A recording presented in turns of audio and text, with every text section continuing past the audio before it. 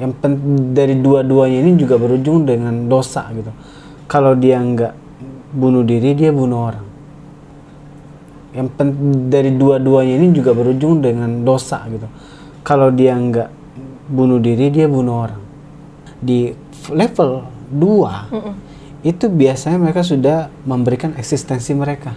Makanya tadi kan hati-hati dengan doa. Kalau kita setengah hati udah itu nggak akan jadi apa-apa. Introvert itu buatku salah satu adalah penyakit hati. Kalau gue pribadi ya, penyakit hati dengan konteksnya adalah ada banyaknya ketakutan di dalam hatinya dia.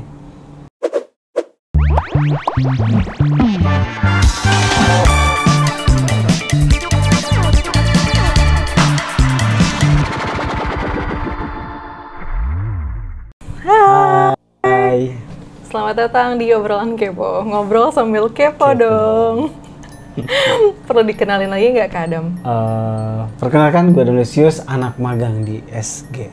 Dan aku Kak Dik Aidia. Kali ini kita akan ngebahas tentang ciri-ciri kuasa gelap. Nah, ini berawal dari komentar teman-teman yang ada di videonya Uli. Oh iya. Nah, pas di video Uli itu banyak banget yang bilang, mereka bercerita lah kayak, aku ngerasain ini nih, aku ngerasain ini nih. Nah, makanya kita ngebuat video ini kan, biar teman-teman tuh tahu juga apakah lagi di kondisi terkena kuasa gelap kah, atau emang ya enggak juga sih gitu. Nah, Kak, definisi kuasa gelap tuh apa sih sebenarnya? Definisi kuasa gelap, balik lagi, gue akan menjawab berdasarkan pengetahuan dari sudut pandang gue sendiri ya. Kuasa gelap kuasa gelap itu adalah orang yang terkena gangguan eksistensi energi negatif atau jin atau iblis jahat. Oke. Nah, eksistensi yang negatif ini dia berniat menguasai seorang manusia. Setelah dia kuasai, dan dia akan berniat menghancurkan hati si manusia ini. Kenapa? Nah, di saat dia menghancurkan hati manusia ini, yang terjadi cuma dua. Dari dua-duanya ini juga berujung dengan dosa gitu. Kalau dia nggak bunuh diri, dia bunuh orang. Di saat hati manusia hancur. Jadi misi mereka, eksistensi astral ini yang negatif itu ingin menghancurkan hati manusia, karena itu pusat dari manusia itu sendiri. Kalau pusat ini hancur, maka hancurlah semuanya. Itu poinnya. Nah, kalau gitu ciri-cirinya tuh apa sih orang yang kena kuasa gelap itu gitu, atau yang tanpa sadar lah? Ini berdasarkan kasus-kasus di lapangan ya. Ciri pertama yang gue ketahui orang yang terkena atau manusia yang terkena kuasa gelap, satu, hidupnya tuh sering sial dan sering gagal.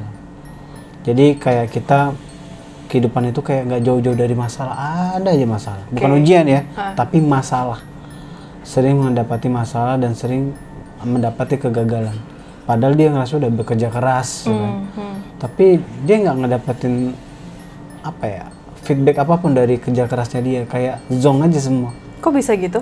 Ya balik lagi, dia digagalkan berdasarkan si kuasa gelap tadi. Orang dengan kuasa gelap berarti orang itu nggak ada perlindungan Tuhan, atau orang yang nggak deket sama Tuhan. Di saat seorang manusia nggak deket sama Tuhan, berarti nggak ada jaminan Tuhan. Di saat Tuhan tidak menjamin, otomatis manusia ini jatuhnya adalah haknya si iblis untuk menguasai si manusia ini. Gitu. Jadi apapun yang dia lakukan, apapun yang dilakukan si manusia, iblis atau eksistensi yang negatif ini akan mengarahkan selalu ke sesuatu yang nilainya kehancuran bagi si manusia itu. Baik itu dari semua aspek hidup, keuangan, karir, percintaan, semua. Gitu loh. Dan ini emang terjadi ke banyak orang, dan terkadang orang nggak menyadari itu. Gitu. Nah, cara ngebedainnya Kak, kan kalau manusia tuh pasti nggak langsung berhasil kan, ada juga namanya proses pembelajaran. Nah, itu cara bedainnya gimana? Kalau proses pembelajaran berarti kan memang terjadi sebuah kesalahan dari kita, tapi kan di situ kan kita selalu berubah untuk jadi lebih baik. Tapi kan di situ kan minimal ada jalan gitu, ada jalan perubahan yang lebih baik. Ada sesuatu yang kita dapetin di saat kita kerja keras. Kan gue percaya banget yang namanya kerja keras itu nggak akan ngebohongin hasil. Benar. Gue percaya di situ. Tapi yang terjadi kalau seorang manusia punya kuasa gelap itu biasanya usaha itu akan mengkhianati hasil. Poinnya di situ. Jadi orang yang berusaha itu pasti hasilnya itu akan mengkhianati si prosesnya itu, kerja kerasnya itu. Secara tanpa kita sadari, ya itu karena gangguan tadi. Mereka tuh mengganggu dengan konsep-konsep Kak, dari konsep bisikan. Bisikan negatif, thinking segala macam. Pokoknya semua nilai keputusan kita atau nilai pemikiran kita dikuasain sama mereka. Nah kalau dia nggak mampu nyerang kita dari hati, mereka akan nyerang kita dari luar, dari orang-orang di luar dari tubuh kita, circle kita. Nah orang-orang inilah akan nyerang hidup kita nih, untuk ngancurin kita supaya kita tuh terperosok terus hidupnya, gagal terus. Poinnya di situ. Sampai sini emang agak-agak tricky ya untuk ngebedainnya ya. Iya. Sebenarnya ya. Dan yang jujur agak berbahaya sebenarnya. Banyak orang yang nggak percaya eksistensi jahat. Sebenarnya itu bahaya banget. Karena di saat kita nggak percaya eksistensi jahat itu ada menguasai kita, maka gua anggap iblis itu menang atau jin jahat itu menang. Karena di saat kita tidak mempercayai, berarti mereka bebas dong memanipulasi kita untuk ke arah manapun, seolah-olah tidak terjadi apa-apa. Anggap aja kita kayak ikut dalam permainan monopolinya dia. Poinnya di situ.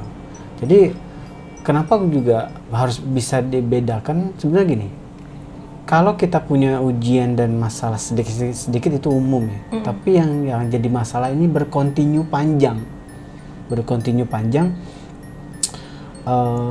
plus itu di kitab suci manapun nggak pernah ada sejarah Tuhan memberikan kesialan. Di kitab suci agama manapun gua nggak nemuin sih. Tuhan memberikan kesialan tuh nggak ada.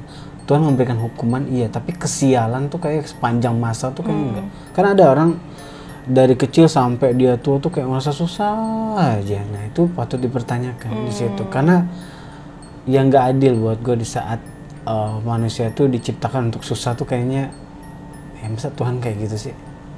Ya gue percaya bahwa Tuhan tuh maha pengasih, maha penyayang. Sebenarnya ceritanya nggak akan seperti itu. Pasti ada pelaku di balik itu, sehingga terjadilah ya kesialan tadi. Itu yang gue dapetin.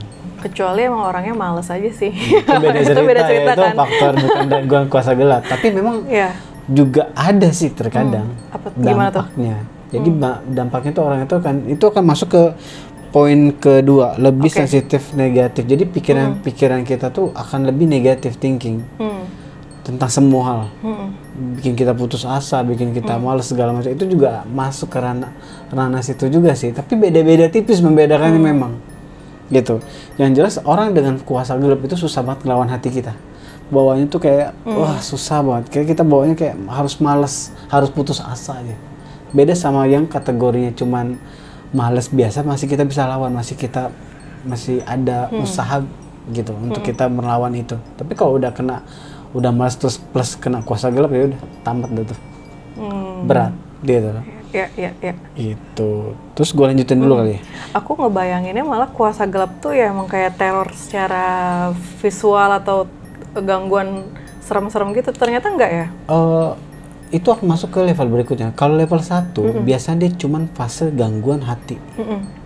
Gangguan hati. Nah, di satu setengah dia bermain di konsepnya itu menguasai hidup tuh baru.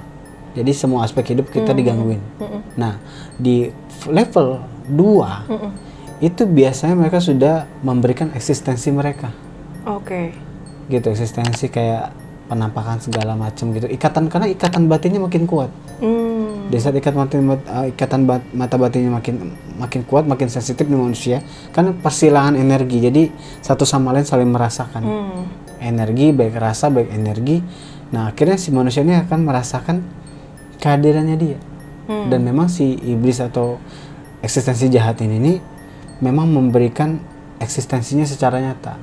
Supaya si manusia ini makin takut sama dia. Di saat dia makin takut, makin keteror, akhirnya dia nggak makin jauh dong sama Tuhan. Walaupun dia berdoa, di saat kita berdoa tapi kita makin tetap takut sama si astralnya, percuma, doa itu nggak akan ada gunanya. Makanya tadi kan hati-hati dengan doa. Kalau kita setengah hati udah itu nggak akan jadi apa-apa. Poinnya di situ. Nah, gimana cara bedain itu halusinasi sama itu beneran astral, Kak? Halusinasi atau astral? Iya. Kalau cuman terjadi sekali, ya sekali, dan ada pemicunya, misalkan lo Beb abis nonton film atau baca horor segala macam serem-serem gitu loh. Tiba-tiba lo takut, bisa aja itu halusinasi, ada pemicunya. Tapi kalau tiba-tiba spontanitas, lo melihat sesuatu yang di luar dari unsur ada ada yang memprovokasinya gitu, ada sesuatu yang memprovokasinya, berarti itu real. Sesuatu yang terjadi spontanitas itu real. Misalkan lo pulang kerja lo nggak mikir apa, tiba-tiba lo ngerasa kayak ada yang mandi gitu, ada yang lihat lo mandi atau ada yang liatin lo terus langsung ngerasa nggak aman gitu. Secara spontanitas itu real. Sesuatu yang spontanitas real. Apalagi pas kita lagi capek atau lagi lengah gitu lah ya. Nah iya, lebih lagi gitu loh poinnya. Kalau untuk ngebedain gitu loh. Sampai sini bingung kah? Lanjut, udah sih oke. Nah terus kita ke poin 3. Susah fokus dan banyak pikiran negatif. Jadi orang kalau udah punya kuasa gelap biasanya itu fokusnya susah. Kenapa susah? Karena dia bermain di hati. Dia akan memberikan sugesti-sugesti yang istilah kasar, satu hati dua orang yang ngomong kayak gitu. Jadi kita bingung mau dengerin siapa. Nggak netral, adanya benturan, adanya salah pemahaman yang beda-beda, jadi kayak capek kitanya. Makanya orang gagal fokus kalau punya kuasa gelap. Susah fokus, susah bekerja, susah ngapain, ujungnya dia gampang stres. Iya. Gitu, gampang stres, ya akhirnya nggak ada bener-bener apa ya, nggak akan hidup tenang. Kayak dia memikirkan sesuatu yang kayak selalu berlawanan, berbeda sama orang, atau dikit-dikit makan hati, membesarkan perselisihan dalam rumah tangga atau apapun itu circle kita ya, itu akan di-boost terus sama dia. Dia akan mengebus rasa-rasa kekhawatiran kita, amarah kita, ketakutan kita, dia akan boost itu, rasa kesombongan kita. Dia akan boost jadi memperbesar. Harusnya kita ibaratnya marah itu cuma 6%. Setinggi-tinggi manusia 6%. Tapi dia buat jadi 9%. Nah, 3% itu udah tambahan dari si boostnya si manipulasi astral tadi. Pokoknya di situ. Gitu. Ada lagi mungkin dari 3 tahap itu? Yang poin keempat lagi, sensitif dunia lain. Balik lagi kan, persilangan energi. Nah, otomatis yang terjadi adalah saat terjadi persilangan energi, kita akan merasakan juga kekuatan mereka. Jadi kita akan sedikit ketransfer secara tak sengaja kekuatan mereka. Jadi akhirnya kita sensitif. Gimana tuh maksudnya ketransfer? Ketransfer tuh gimana maksudnya? Ketransfer jadi kan ada, mereka kan mengikatkan batin kita ke ikatan batin mereka. Nah jadi satu rasa, satu energi jatuhnya, satu kesatuan. Jadi mereka tahu apa yang kamu pikirin, gitu. Dan kamu akan tahu apa yang mereka pikirin. Maksudnya tahu ini adalah merasakan. Makanya pernah kan kalau orang punya kuasa gelap kayak tiba-tiba pengen marah, padahal nggak ada masalah. Pengen sedih, tapi nggak ada masalah. Karena bisa aja yang sedih dan marah itu bukan kamu, bisa aja dia, gitu. Bisa aja dia, karena persilangan energi tadi ketransfer. Nah, termasuk dari segi energi supranatural, kita bisa lebih sensitif dan bisa merasakan apa eksistensi energi astral di sekitar kita, dan kita bisa kayak lebih sensitif dan bisa gampang mudah untuk mengetahui orang ini baik atau buruk. Orang punya gangguan kuasa gelap juga termasuk di situ, bisa merasakan orang ini baik atau buruk. Salah satu, iya, gitu loh konteksnya. Itu sih yang gue tahu. Itu poin keempat ya. Lebih sensitif dong dia. Dan lebih bisa ngerti kondisi lingkungan gitu. Bagus dong sebenarnya. Tapi terlalu over. Yang harusnya ibaratnya gini, lo diciptakan untuk sensitifnya badan, semua badan lo tuh dan semua pikiran lo hanya sanggup menahan sensitif di angka 50%. Tapi gara-gara faktornya si manipulasi astral ini, lo jadi harus mempunyai sensitivitas 80%. Nah, badan lo nggak kuat, pikiran lo nggak kuat nahan sensitif itu. Ujungnya lo mikirnya macam-macam. Contoh kayak lo di sini nih sama gua nih, lo ngeliat gerombolan orang di luar sana misalkan, tapi gara-gara dia cuma ngeliat lo pasti udah mikir, wah nih orang ngomongin gua. Oh gitu maksudnya. Ngerti? Jadi lebih baper ya, maksudnya lebih netting gitu lah. ya. Lebih netting, lebih baper, terus biasanya nggak kuat di tempat-tempat keramaian gitu. Tapi beda sama introvert dong pasti. Beda ya? Beda. Introvert kan intinya gini. Kalau introvert sama kuasa gelap itu, kalau introvert tuh biasanya cuman kayak ketakutan, tapi biasanya semua penyakit itu juga dari introvert sih. Oh ya? Maksudnya Jadi, gimana? Introvert itu buatku salah satu adalah penyakit hati. Kalau gue pribadi ya, penyakit hati dan konteksnya adalah ada banyaknya ketakutan di dalam hatinya dia. Di hatinya itu kan buat gue penyakit ya. Introvert sama pemalu atau pesimis kan beda juga nggak sih Kak? Mungkin kalau kita ngomongin introvert itu adalah generalnya sebuah, gue kan bukan psikolog ya, gue jelasin secara supranatural ya, dapat gue aja. Introvert yang gue ketahui adalah judul dari semua perasaan yang kategorinya adalah pengen lebih menyendiri lah. Iya, lebih nyaman nggak di banyak orang lain, mendapatkan gitu energi kalau sendiri, kalau sama orang lain jadi kayak capek gitu. Iya, tapi kan konteksnya kebanyakan orang introvert adalah banyak takutnya. Banyak takutnya, banyak gak pedenya, gampang stresnya. Ya kan? Nah, gampang stres dan gampang takutnya ini akhirnya membuat hati ini gampang rusak nih. Atau gampang rusak dan terjadi konsep penyakit hati. Mungkin bisa dikoneksiin sama orang introvert tuh rata-rata melankolis, jadi kayak deep thinker gitu. Tapi di sisi overthinking, tapi biasanya pinter ya. Di satu sisi tapi gampang depresi karena dia terlalu mikir gitu. Depresi itulah kategori penyakit hati. Oh, maksudnya ini ya. Nah, bibit dari kuasa gelap. Bibit dari kenapa ada kuasa gelapnya, depresi inilah. Nah, depresi inilah salah satu syarat ada kuasa gelap.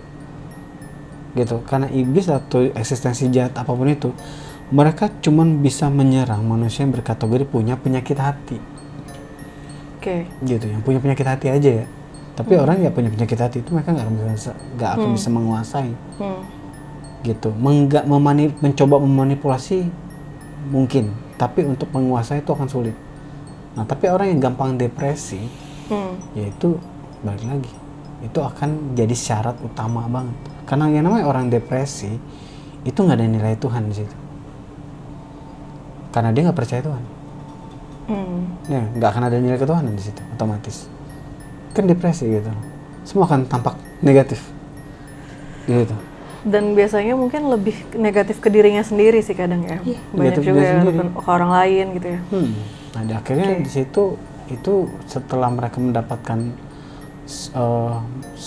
target manusia mereka incar, yang mereka cari,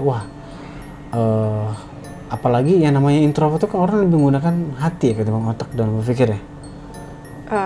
Nggak tahu sih gimana. Mereka lebih menggunakan hati ketimbang otak, orang introvert. Jadi semua pakai perasaan. Balik lagi, iblis nyerang hati bukan nyerang otak. Iblis susah banget tuh nyerang otak, tapi iblis akan gampang banget nyerang hati. Makanya itu istilah kasar di kitab suci dikatakan kayak iblis itu musuh terbesar karena satu, dia menyusup, dia nggak kelihatan, dan dia menyerupai hati. Nah, dia seolah-olah kan jadi seperti hati kita, padahal itu bukan kita. Gitu. Itu poin berikutnya. Terus yang kelima, mudah sakit. Nah, orang punya kuasa gelap biasanya kan akhirnya gampang sakit. Nah, sakitnya pun akan berdampak ke medis. Karena di saat orang punya kuasa gelap, otomatis kan hidupnya kacau banget, dikuasain gelap ya, dikacaukan lah hidupnya sama si kuasa gelap ini. Di saat dia dikacaukan, otomatis dong dia drop secara mindset, pikiran dia kan. Nah, disitulah otomatis daya tahan tubuhnya turun. Nah, di saat daya tahan tubuhnya turun, dan gue kasih tahu lagi, jin dan iblis salah satu unsur tubuhnya itu adalah virus dan bakteri, dan dia akan nyerang kita, si virus dan bakterinya itu di dalam tubuh kita. Maka kita akan gampang sakit gitu. Medis bisa dari ringan ke parah atau mungkin langsung parah, gue juga nggak tahu, melihat dari kondisi daya tahan tubuh kita. Tapi ini medis di luar dari yang kayak santet atau apa kan? Iya, beda kan? Beda ya? Ini dampak. Jadi penyakit medis yang terjadi itu adalah dampak di saat kita di saat kita benar-benar down. Orang down kan daya tahan tubuhnya turun. Iya, benar. di desa dia turun ya terjadi ya penyakit medis ya apapun itu sesuai dengan kelemahan dari di semua organ tubuhnya dia. Itu ada yang kena emah gitu, ada yang gampang pusing. Gitu. Bisa ngefek ya ternyata ya? Bisa ngefek, bisa kemana-mana. Makanya pesan gue ya kalau kalian berkategori sering hidup sial, sering sial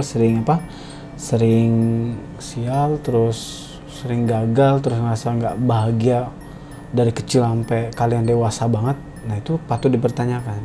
Gitu, ini emang gua seperti ini salah gua atau ada pemicunya nih. Nih kalau gua kan dulu pernah ya, gua ngerasa gua nggak pernah mau jahatin orang, gua nggak mau pernah bikin salah, tapi hidup gua berantakan dulu gitu loh. Nah berarti kan ada pemicunya. Tapi di saat kita yang salah, kita yang males segala macam, berarti kita yang salah. Jadi nggak semuanya juga salah si astral juga, tapi kita bisa membedakan ini salah siapa. Di saat kita sudah jadi orang baik dan bekerja keras, tapi tetap kita bermasalah, cari tahu. Bisa aja tuh ada kita karena kita nggak deket sama Tuhan, ya akhirnya iblis ini bebas dan punya hak. Oke. Di situ. Bingung. Tapi atau mungkin juga memang kayak semua orang kan punya waktunya masing-masing kan. Emang kayak ada proses kegagalan sampai akhirnya dia berhasil gitu. Maksudnya timing orang kan beda-beda tuh. Nah itu tuh bedanya gimana? Gue senang pertanyaannya ini. Kalau karir, ya mungkin bisa aja terjadi konsep yang kayak gitu. Iya. Kalau kuasa gelap sebenarnya nyerang dari semua aspek hidup lo. Oke. Dia bukan cuma status karir. Dia akan nyerang dari segi keuangan lo, dia akan nyerang dari segi karir, dia akan nyerang dari asmara, dia akan nyerang dari circle keluarga, segala macam aspek. Di situ. Bedanya kalau cuman kita bahagia di keluarga, kita bahagia di yang lain-lain, tapi kita di karir kita naik turun itu umum satu aspek. Tapi banyak aspek yang dilaku, yang di otak-atik sama si iblis dan eksistensi jahat ini gitu. Gitu. Jadi lebih hati-hati aja. Ya belajar dari kasus Uli kemarin kan, ya balik lagi karena dia sering ngedrop pikirannya gitu dengan mungkin pengalaman hidupnya yang bikin dia akhirnya menyimpan banyak negative thinking, dan akhirnya dia depresi dan akhirnya jadi penyakit hati. Nah di situ yang mereka rasa, wah ini manusia yang cocok untuk ditargetkan gitu.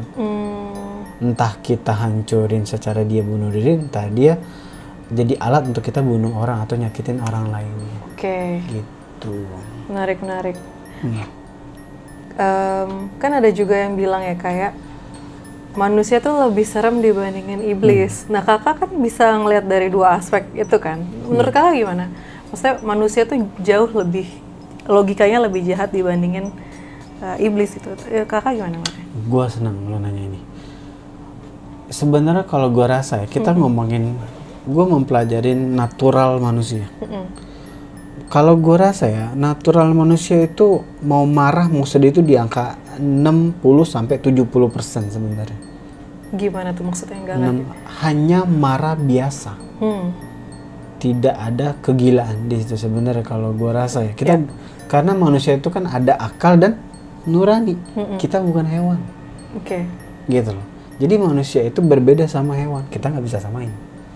Jadi manusia itu mempunyai akal, pikiran, dan hati nurani. Yang dua-duanya itu ngerem. Hati ngerem, otak ngerem. Ya dong harusnya ada. Ya nggak sih? Di saat kita pengen melakukan sebuah tindakan kejahatan. Ya kan? Tapi kalau gue rasa kalau kita ngomongin naturalnya manusia tadi, di saat dia marah, di saat dia sedih, angkanya cuma 60-70%. Nah, yang menjadikan ini jadi 90% ada faktor pembisiknya. Jadi ada yang memprovokasi hati manusia untuk lebih jahat lagi. Di situ. Biasanya yang diprovokasi tuh kayak gimana sih Kak? Ada contoh case-nya nggak?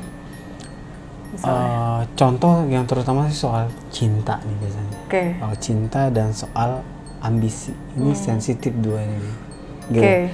Orang kalau istilah kasar, iblis sudah mengotak-ngatik istilah kasar seorang yang bucin, dan bucin terhadap seseorang tuh, biasanya si bucin ini dia akan melakukan banyak hal supaya dia tidak tersakiti atau tidak kehilangan seseorang ini.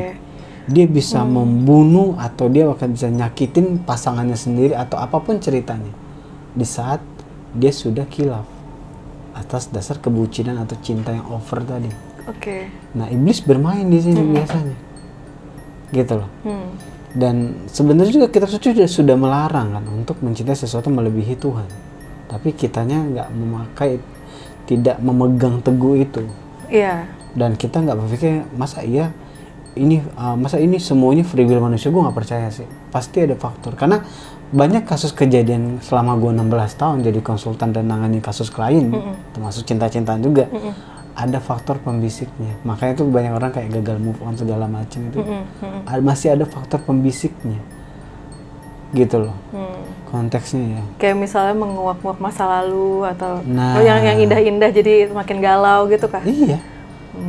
Kan kalau konsepnya kalau orang galau segala macam itu karena otak kan udah nolak kan. Tapi yang kerja pada saat kita berpikir sesuatu yang negatif tentang masa lalu, otak kan udah nolak. Lu pasti nggak mau gue pikirin kan otak.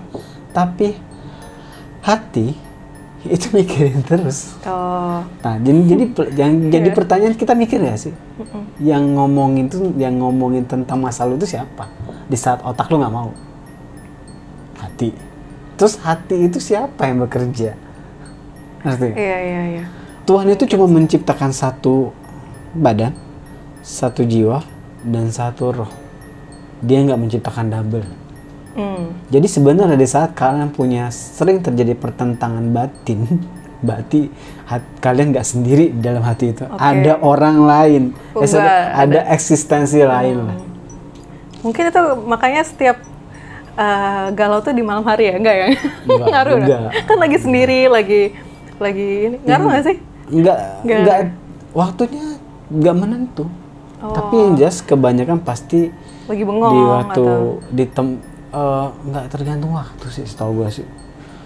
Berdasarkan kondisi sih biasanya. Dan biasanya ya banyak faktor lah, nggak bisa waktu, nggak. Semua bisa terjadi begitu aja. Dan hebatnya si eksistensi jahat ini, mereka pinter mainin momentum. Jadi mereka bisa bekerja secara momentum itu lagi bekerja. Gitu, di saat kita memang lagi ada masalah, wah udah tuh. Padahal kita masalah cuman A nih. Diungkitnya si B, si C, si D sampai si Z, diungkit sama dia sama diceritain semua di situ. Ya gue ingetin ya, di kitab suci manapun Tuhan sudah bilang satu roh, satu jiwa, satu badan. Dia nggak bilang ada yang lain di dalam kita nih. Gitu. Kak, kalau misalnya psikopat gitu pada umumnya, apakah ada? Nah, beda kalau psikopat. Psikopat itu medis. Oh, beda ya? Beda. Psikopat itu medis. Psikopat itu gak ada perasaan. Ini yang sangat amat bekerja. Semua pertanyaan-pertanyaan rasa-rasanya gimana? Lu kalau gua menggini gimana? Kalau gua begini gimana? Kalau gua begini gimana? Oh gitu ya? Kalau misalnya kakak pernah ini nggak sih ngebaca psikopat gitu, maksudnya yang mereka pikir tuh apa sih? Ya mereka tuh pertanyaan terus tentang kalau gue begini gimana, kalau gue begini gimana. Jadi kayak mereka cuma condong kayak penasaran gitu loh, dan ngikutin kepengenan mereka.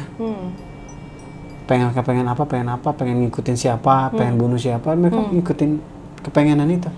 Terus kenapa mereka senang kalau ngeliat orang tersiksa? Kenapa aku jadi penasaran ya? Kenapa maksudnya? Karena dia terlihat enak dilihat. Oh gitu ya? Gitu loh. Orang kalau punya perasaan dari tersiksa itu sedih. Iya. Normalnya karena dia balik lagi, psikopat gak punya perasaan. Oh, oke. Gitu loh, mereka gak punya perasaan. Dia selalu mementingkan apa maunya dia dan selalu mementingkan dirinya sendiri.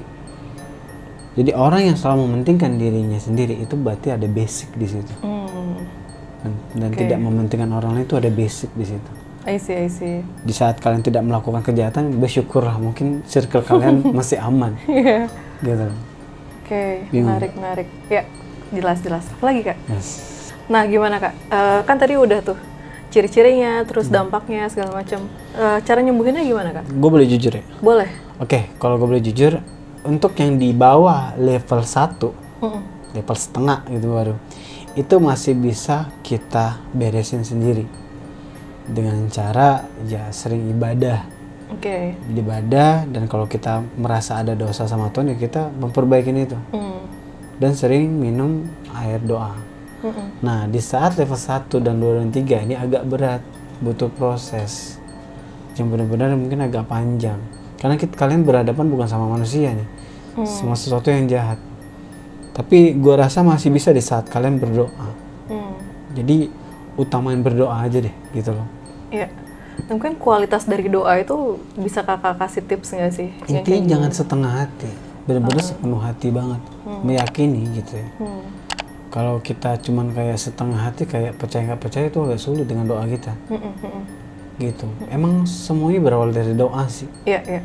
Gue pribadi pun menyembuhkan diri gue pun dengan cara berdoa gitu. Poin di situ, karena kenapa kita diwajibkan berdoa? Karena lawan kita ini bukan kelihatan, yang kalau lu bisa lo hajar gitu. Sesuatu ini nggak kelihatan. Lu mau hajarnya bagaimana? Iya. Gitu. Jadi ya nggak bisa mengkondisikan sih. Setiap gini, gue nggak bisa kayak menyimpulkan seperti apa penyembuhan dari step 1, 2, 3 ini. Karena setiap kasus beda-beda kalau gue tangani. Nggak sama. Tapi untuk meringankannya ya sering berdoa aja sih pesan gue. Itu sih. Ya mungkin lebih intim lagi doanya sama yang di atas gitu ya. Gitu loh. Iya. Dan satu lagi gue tegasin, harus percaya iblis itu ada. Tuhan sendiri ngomong iblis jahat itu ada dan dia musuh besar kita. Iblis jahat ya, itu musuh besar kita. Nah, tinggal kitanya aja nih bijak di situ gitu loh. Dengan kondisi kita kena gangguan si kuasa gelap ini. Itu aja sih. Kalau kita nggak percaya keberadaan mereka, ya udah mereka akan makin senang. Wah, berarti mereka merasa kayak, wah gue berhasil nih buat mendaya gunakan si manusia ini gitu. Memanipulasi manusia ini, mereka ngerasa mereka berhasil di situ. Kalau misalnya kita sadar nih, oh ada something di dalam tubuh aku gitu. Terus dari akunya harus ngapain responnya? Apakah aku harus ngelawan kah atau aku harus wajib ngelawan? Gimana? Wajib melawan. Wajib itu wajib banget melawan. Gitu. Oke. Itu aja kali ya. Itu aja kali. Kakak ada pesan-pesan nggak buat yang lagi mungkin di kondisi yang di intinya, bawah kuasa gelap? Harus melawan, karena itu kewajiban di saat sesuatu yang menyakitin kita atau sesuatu yang merugikan kita, kita harus membela diri. Jadi wajib melawan dan lebih dekatkan diri ke Tuhan sih. Mungkin itu aja yang mau harus gue sampaikan kali ini. Oke, kalau kayak gitu.